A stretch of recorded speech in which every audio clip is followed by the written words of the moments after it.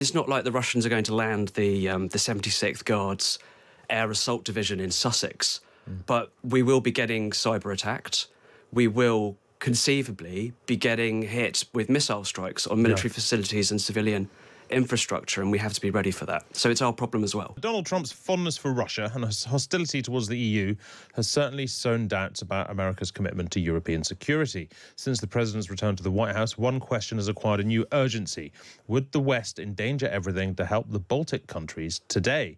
Well, in his new book, Baltic, The Future of Europe, Oliver Moody, the Berlin correspondent of The Times, looks into exactly this. And Oliver joins me now. Hello, Oliver. Good morning. Thank you for being with us, physically for once. What a thrill. What a thrill. You can, it turns out, take the man out of Berlin. I have a corporeal existence. Yes.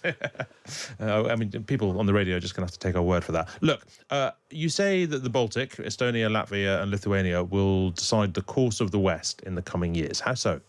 Two senses. First of all, the really obvious one that we're used to, which is thinking of them as the Achilles heel of NATO. If there is a NATO-Russia war, it is going almost certainly to be here. I mean, there's an argument it might be in the very far north of Norway, but this is the baseline assumption.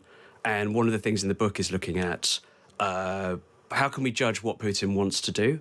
How can we judge what Russia is capable of doing militarily? Why is it doing all this sub-military stuff to us? The hacking, the political warfare, the disinformation, and so on. If there is a war, how does it work? What can we do? What can the Russians do? Who might win? But then the next bit of it, the reason why the book has that faintly preposterous subtitle is because these countries on the front line, not just the Baltic states, but Poland, Finland, to a certain degree Sweden, by virtue of their very exposed geography and their history of being bullied and invaded by Russia and other European powers, means that they are so much better set up for this world that we're now living in than we are. And I argued that the rest of Europe, the rest of the wider West, if it's even possible to talk about such a thing, has a great deal to learn from them. Well, because they've been taking a threat seriously for a long time. And something that comes across very strongly in the way you write about this is that we have a habit in this country of talking about this is the thing that's just started happening. Oh, no, suddenly Russia is a threat. And, you can go back as long as you like in the history. And these are countries that have, when they've been countries, have been in sort of constant abrasive conflict with Russia. So I hear a lot from Estonian figures. I've never actually had time to fact-check this, but that their country has been invaded by Russia more than 40 times over the past 800 years. It's a good factoid, even if it isn't necessarily verifiable. I think one thing I would push back on quite strongly at the moment is this idea that it's fine for them to be spending 5% of their GDP on defence and conscripting their young men, and to have this whole kind of society geared up towards national defence because they share a border with Russia. And we have a different logic because we're 1,500 miles away. Because if you talk to generals and former senior military officers across Europe, they are almost totally unanimous that if there is a war between NATO and Russia, Britain, as one of the absolute load-bearing pillars of the defence of northeastern Europe, not just through the Navy and the Air Force, but through the 1,000 soldiers that we've got on the ground in Estonia, would be hit. And it's not like the Russians are going to land the 76th Guards Air Assault Division in Sussex, but we will be getting cyber attacked. We will conceivably be getting hit with missile strikes on military facilities and civilian infrastructure, and we have to be ready for that. So it's our problem as well. You write that the events of 1940 hang heavily over the Baltic. Remind our listeners why that is. Well, after the Molotov-Ribbentrop Pact, they were assigned to the Soviet Union's sphere of influence, and a little bit less than a year after the invasion of Poland that kicked off the Second World War, they were formally annexed into the Soviet Union as republics without a shot being fired through rigged referendums, not that dissimilar to what we've seen in eastern Ukraine.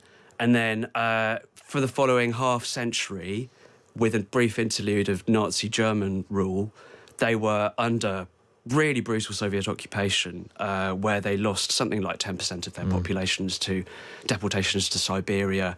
It was incredibly grim, and a lot of people in the Baltic states will say that the Second World War for them ended in 1991. Yeah, sure. The extent to which they can rely on NATO, and specifically the extent to which they can rely on the United States, Donald Trump has said pretty openly that he regards it as ridiculous that America would be expected to be in conflict with Russia should they invade one of the Baltic states, Latvia, Lithuania, or Estonia. So a big theme in what you're writing about is the extent to which Britain, the rest of Europe, the rest of NATO, is going to have to start doing this for themselves. This is exactly the question that everyone is asking themselves behind the scenes right now. If we can't absolutely rely on the US to come and ride to the rescue, if there is some kind of Russian incursion in this area, who is going to turn up?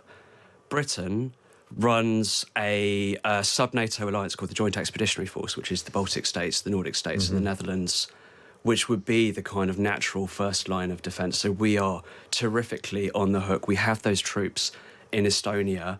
But then the really key question is, if the Americans aren't turning up, if NATO cannot reach a unanimous consensus on this being a scenario where you have to invoke Article 5 and go all in on the defence of the Baltic states, who else is coming? Will the Germans come? Will the Poles come? Will the French come? Will the Spanish come? And right now, unfortunately, there is an awful lot of uncertainty about these questions. Well, I mean, you point out that certainly if we take the wider Baltic states, bring in the Scandinavian states as well, actually together these are countries, even just them, without us, without the rest of Europe, these are countries that are richer than Russia, have a sort of higher tech economies than Russia, could build better weapons than Russia. Also, Peter's been in touch while we're talking, basically making a point that Russia has shown its weakness on the battlefield in Ukraine, which seems to be true. If Russia can't take Ukraine, Russia can't take much of Europe, you'd have thought. So is there not an extent that actually Russia is, a sense that Russia is in fact much weaker than we thought it was 10 years ago? I think the pendulum between kind of optimism and pessimism about Russia's military capacity has been swinging around wildly over the past 3 years. I think a lot of military analysts before February 2022 thought the Russian military were 15 feet tall and capable of everything. They'd seen what had happened in 2014. They'd seen what the Russians had done in Syria and come to the conclusion that they would absolutely roll over Ukraine. And that was, received wisdom in pretty much every European capital when the war broke out, or when the full-scale invasion broke out. And after that, we saw a kind of overcorrection towards, oh my God, the Russians are terrible. They can't even organise the most basic bombing raids with their air force. They can't do logistics. They leave these gigantic columns like traffic on the M25 waiting to be picked off by Ukrainian drones. But actually what we've seen is this is a military that learns from its mistakes. It is a military that just has vast human resources. And I use the term resources very deliberately because it treats them like resources, or with less respect than some other resources. You say it has very little regard for human life, for example, even of its own troops. Precisely, yeah. So they're called the meat waves or the meat grinder tactics. And the other problem here is that Ukraine is huge, and if you take the geography of the Ukraine conflict and apply it to the Baltic states, which are not huge, then you wind up with a much narrower area of Europe that could be rolled over pretty quickly in the worst case scenario. Look, there's heaps more I'd like to ask you, including to do with what Russia's aims actually are, what it actually wants. But I mean, as we're sort of relatively pushed for time, tell us a bit about the Baltic states, because you've travelled to a lot of them in order to write this book. What are they like? Are they similar? Do they? How does Estonia relate to Sweden and so on? They're absolutely sick of being called the Baltic states, right? Because they have, very fiercely distinct languages and histories and kind of religious backgrounds, and we've ended up lumping them together for geopolitical reasons, and they also kind of have to club together just to make themselves heard. But they have like completely different outlooks in many ways on the world. Estonia, historically very closely related to Finland, which is just on the north side across the Gulf, speak a very closely related language, have a pretty complicated relationship with the Finns, but it's broadly been a very close one.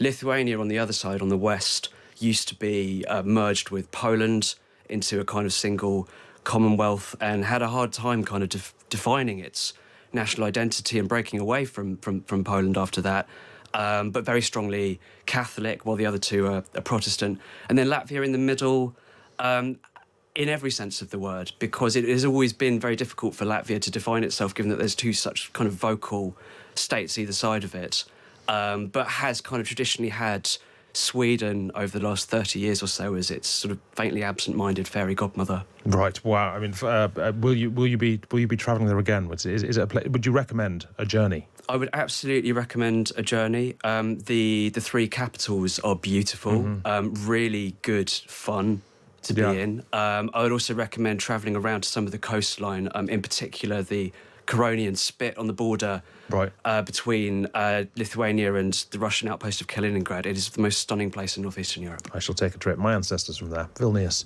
Oliver Moody, thank you very much indeed. The book is Baltic, The Future of Europe, and Oliver is, of course, the Berlin correspondent of The Times. Thank you, Oliver, very much for being with us.